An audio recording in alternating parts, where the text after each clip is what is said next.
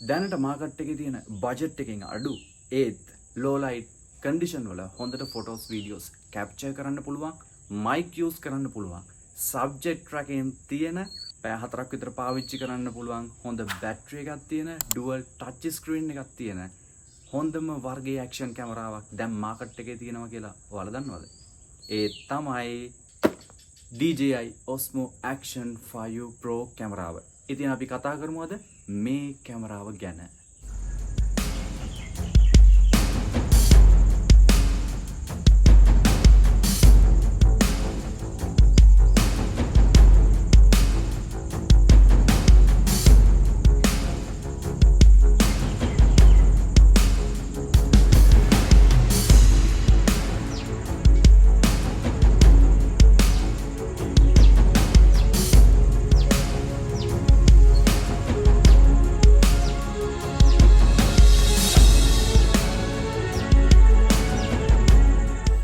මම අරගත්තේ DJI Osmo Action 5 Pro Adventure Combo Pack එක. මොකද මේක මගේ වැඩවලට අවශ්‍ය සියලුම දේ තියෙනවා. ඉතින් ඔයාලා ගිහලා බලලා එන්න මේකේ unboxing එක කොහොමද කියලා. මම ගත්තේ Adventure Combo Pack එක. ඉතින් ඒක මෙතන සඳහන් කරලා තියෙනවා. ඒත් එක්කම ඒකට හම්බ වෙන extension rod එක, battery 3, battery case එක, ඒ පිළිබඳව විස්තර. ඊට පස්සේ මේ කැමරා එකේ specification මොනවද කියලා සඳහන් කරලා තියෙනවා.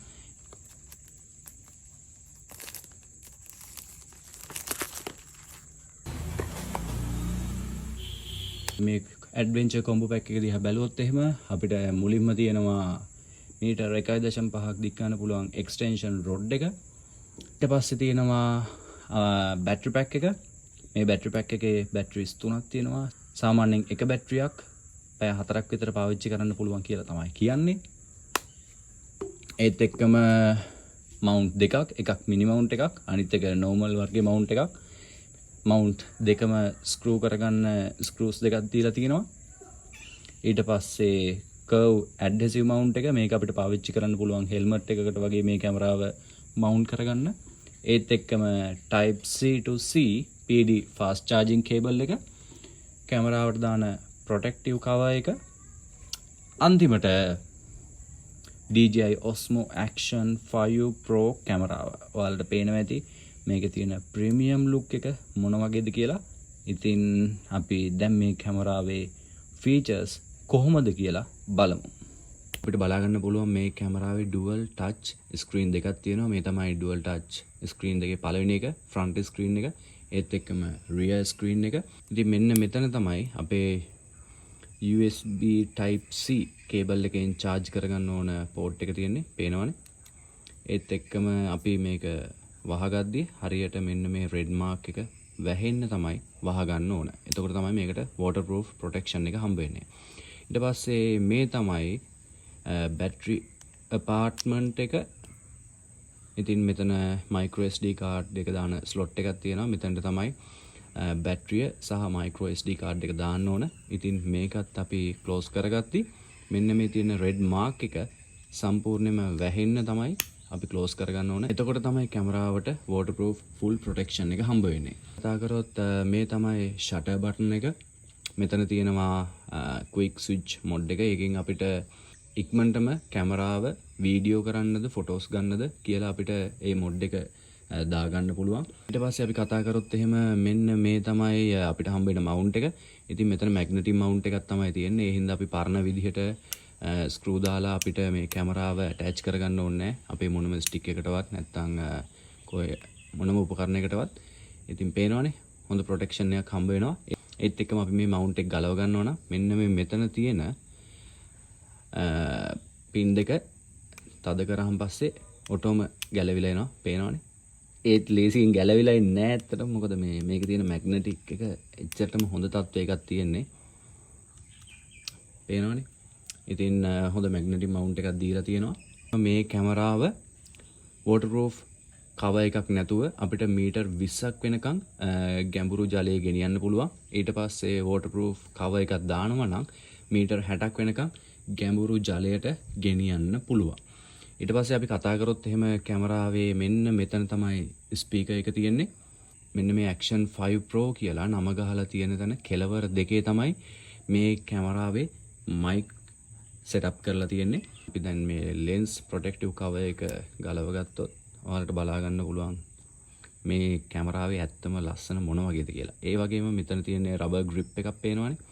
ඉතින් මේ රබර් grip එක අපිට ඕනනම් ගලව ගන්න පුළුවන්.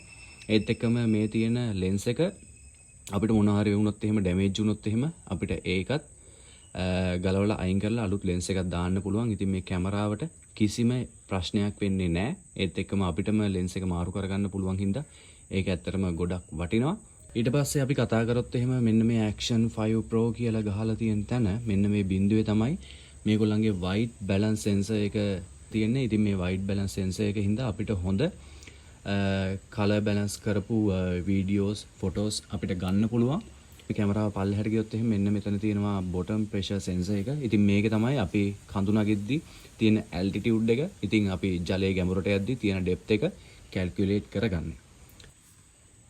ඉතින් අපි දැන් කතා කරමු මේ කැමරාවට බැටරිය ඒත් එක්කම chip එක දාගන්න විදිය.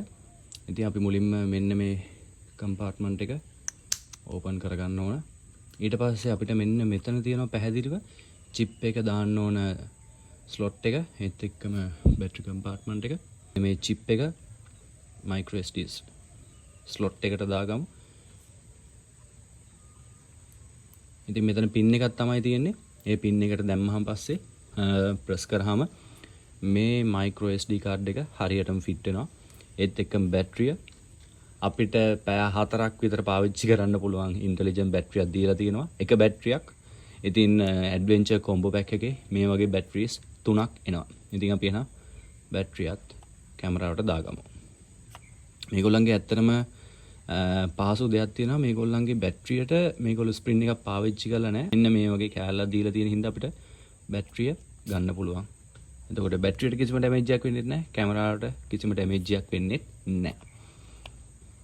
ඉතින් අපි මේ කම්පාර්ට්මන්ට් එක වහගත්තාන් පස්සේ මෙන්න මේ රෙඩ් මාර්ක් එක වැහෙනකන් මෙන්න මේ කම්පාර්ට්මන්ට් එක අපි ක්ලෝස් කරගන්න ඕන. එතකොට තමයි මම කලින් කිව්ව විදිහට මේ කැමරාවට waterproof protection එක හම්බ වෙන්නේ. මේ කැමරාවේ ස්ටෝරේජ් එක ගැන කතා කරොත් මේ කැමරාවේ ස්ටෝරේජ් එක GB 64ක් වෙනකම් අපිට දීලා තිනවා. ඒත් එක්කම අපිට ඒකෙන් GB 47ක් වෙනකම් පාවිච්චි කරන්න පුළුවන්. ඉතින් ඊට අමතරව අපි micro SD card එකක් දානවනම් 1TB වෙනකම් සපෝට් කරන්න පුළුවන් micro SD card පහසුකමත් අපිට මේ කැමරාවේ දීලා තියෙනවා. මේ Osmo Action 5 Pro කැමරාවට සපෝට් කරන micro SD card වර්ග මොනවද කියලා මම මෙතනින් දාන්නම්. කැමරාව charging කරන විදිය ගැන මෙන්න මෙතනට තමයි අපි type C cable එක plug කරගන්න ඕන.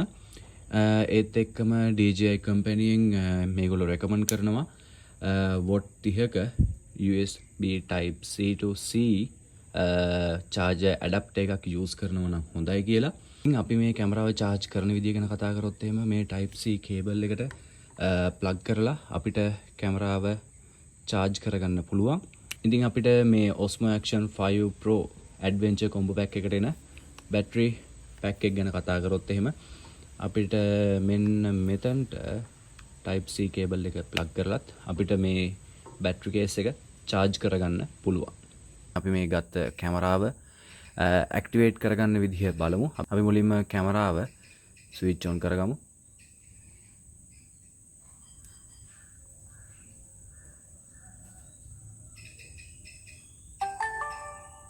අපි මේ කැමරාව power on කරගත්තාන් පස්සේ අපිට මෙන්න මේ විදිහ තමයි message එකක් එන්නේ. ඉතින් අපිට මේකෙන් කියන්නේ DJI Mimo app එක download කරගෙන මේ කැමරාවට connect කරන්න කියලා.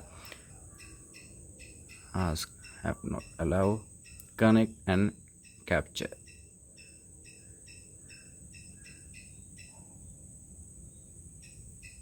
ඉතින් මේ විදිහ අපිට guide එකක් බලා ගන්න පුළුවන් මේ app එකට ගියාම. ඉතින් දැන් තමයි කැමරාව කනෙක්ට් කරගන්න පුළුවන්. මෙන්න මේ කෝඩ් එක ඇක්සෙප්ට් කරන්න තියෙනවා. මේ වගේ මැසේජ් එකක් තමයි බලා ගන්න පුළුවන්. මතක් කරලා මේ කැමරාවේ බැටරිය ෆුල් charge කරලා තියාගන්න. ප්‍රොෆයිල් එක හදාගත්තාන් පස්සේ මෙන්න මේ විදිහට තමයි අපිට මැසේජ් එක එන්නේ. ඉතින් අපිට මේ කැමරාවේ මැනුවල් එක තමයි මේ විදිහට බලා ගන්න පුළුවන්.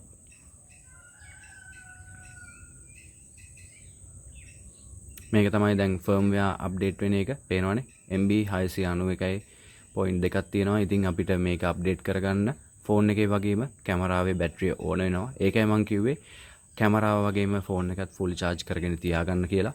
මොකද මේකට යන වෙලාව කොච්චර වෙලාවක් යනවද කියලා අපිට කියන්න බැරි හින්දා. අපිට මේ ඇප් එක හරහා මේ කැමරාවේ තියෙන ෆොටෝස් වීඩියෝස් බලා ගන්න පුළුවන්. ඒ වගේම එඩිටින් පහසුකමක් තියෙනවා. ඉතින් සෑහෙන්න වටිනවා මේ DJI Mimo ඇප් එක. ඔයාලට පේනවනේ.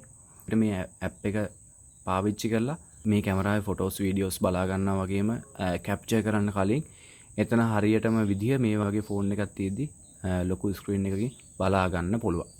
මේ ඇප් එක ගැන කතා කරොත් එහෙම මේ ඇප් එකේ මෙන්න මෙතන තමයි අපේ රෙකෝඩින්ග්ස් ටික ඔක්කොම තියෙන්නේ. මේ තියෙන්නේ මම දැන් ඉටනේ වෙලේ ගත්ත ෆොටෝස් වීඩියෝස් ටික. ඉතින් ඒත් එක්කම අපිට මේ DJI Mimo app එක පාවිච්චි කරලා මේ කැමරාව කන්ට්‍රෝල් කිරීමේ හැකියාවක් තියෙනවා. මේ DJI Mimo app එකෙන් අපිට මේකේ ෆර්ම්වෙයා අප්ඩේට් කරගන්න පුළුවන්. ඒ කැමරාව කනෙක්ට් වුණාන් පස්සේ අපිට ඒකේ තියෙන ෆොටෝස් වීඩියෝස් ඔක්කොම බලා ගන්න පුළුවන්. ඒත් එක්කම favorites, high GPS, super slow motion ඒවා ටික ඒත් එක්කම අපිට මේකේ ෆොටෝස් ගන්නත් පුළුවන් මේ කැමරාව පාවිච්චි කරලා. පේනවනේ. ඊට අමතරව අපිට මේ DJI Mimo app එක පාවිච්චි කරලා මේකේ තියෙන ෆොටෝස් එහෙමත් අපිට එඩිට් කරගන්න පුළුවන්. මේක ලෝඩ් වුණාන් පස්සේ අපිට මේ තියෙන ෆීචර්ස් පාවිච්චි කරලා මේක එඩිට් කරගන්න පුළුවන් හැකියාව තියෙනවා. ඉතින් කැමරාවකට එහා ගියපු සුපිරිම සේවාවක් දෙන කම්පැනියක් තමයි මේ DJI කම්පැනිය කියන්නේ. මොකද මේ වගේ ඇප් එකක් පාවිච්චි කරපු එකෙන් අපිට මේ DJI action කැමරාව සෑහෙන හොඳ විදිහට ඒත් එක්කම සෑහෙන ඩීප් විදිහට අපිට පාවිච්චි කරන්න පුළුවන් මේ කැමරාව මේ DJI Mimo app එක හින්දා. මේ කැමරාවේ තියෙන වීඩියෝස් ෆොටෝස් බලන එකට අමතරව අපිට මේ කැමරාවේ තියෙන ෆොටෝස් වීඩියෝස් ටික කේබල් හෝ බ්ලූටූත් හරි ෂෙයායිට් හරි මොකුත්ම නැතුව අපිට මේ ෆොටෝස් වීඩියෝස් ටික කෙලින්ම ෆෝන් එකටත් ගන්න පුළුවන්. පේනවනේ. දැන් මම ඩවුන්ලෝඩ් කරගත්තා. ඊට පස්සේ ඒත් එක්කම අපිට ඒක කෙලින්ම ෂෙයා කරන්න පුළුවන් Facebook, Instagram, WhatsApp. ඒත් එක්කම මෙතන තිතුනේ පෙන්වුවාම අපිට පේන ඒ contacts වලට නැත්නම් අපිට memory එකට save කරගන්න. අපි ගිහලා බලමු මගේ gallery එකට ඒ ෆොටෝ එක save වෙලා තියෙනවද කියලා. පේනව නේද? ඉතින් ඒක තමයි මේ DJI වගේ හොඳ Mimo app එකකින් අපිට තියෙන වාසිය. මේ තමයි මේ කැමරාවේ normal video mode එකේදී පැට සාමාන්‍යයෙන් light condition පේන විදිය සාමාන්‍ය විදිහම තමයි. ඉතින් අපි දැන් යමු super night mode කියන feature එකේදී මේ කැමරාවේ video quality එක කොහොමද කියලා බලන්න. ඉතින් ඔයාලට බලා ගන්න පුළුවන් සාමාන්‍ය කැමරාවකට වඩා මේ කැමරාවෙම සාමාන්‍ය තත්ත්වයේ video එකට වඩා super night mode එකේදී මේ කැමරාව low light condition වල පැහැදිලිව වීඩියෝ ගන්න පුළුවන් වෙන විදිහ. ඉතින් අපි කැම් කරනවා නම් අවුට්ඩෝර් මොකක් හරි ෆන්ක්ෂන් එකක් තියෙනවා නම් අපිට low light condition එකේදී මේ කැමරාව පාවිච්චි කරලා සුපිරි වීඩියෝස් ටිකක් ගන්න පුළුවන්. ඉතින් මේ තමයි DJI Action 5 Pro කැමරාවේ subject tracking වැඩ කරන විදිය. ඔයාලට පේනවා ඇති. මං වම් අත පැත්තට මේ පැත්තට ගියාම මේ subject tracking feature එක වැඩ කරන විදිය. ඒත් එක්ක මේ පැත්තට ගියාම මාව ඒ පැත්තට කැමරාව ફોකස් කරගන්නවා.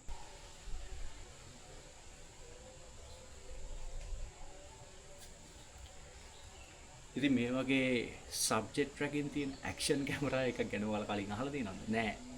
ඒත් මේ සබ්ජෙක්ට් ට්‍රැකින් එක මේ Action 5 Pro කැමරාවේ තියෙන හින්දාම අපිට ඇක්ෂන් කැමරාවක වුණත් හොඳ quality focus වීඩියෝ එකක් ගන්න හැකියාව මේ Action 5 Pro කැමරාවේ දීලා තියෙනවා. ඉතින් අපි back screen එක පාවිච්චි කරපු විදිහටම අපිට front screen එකත් පාවිච්චි ගන්න පුළුවන්. පේනවනේ. මෙතන mod ටික හදා ගන්න, gallery එකට යන්න.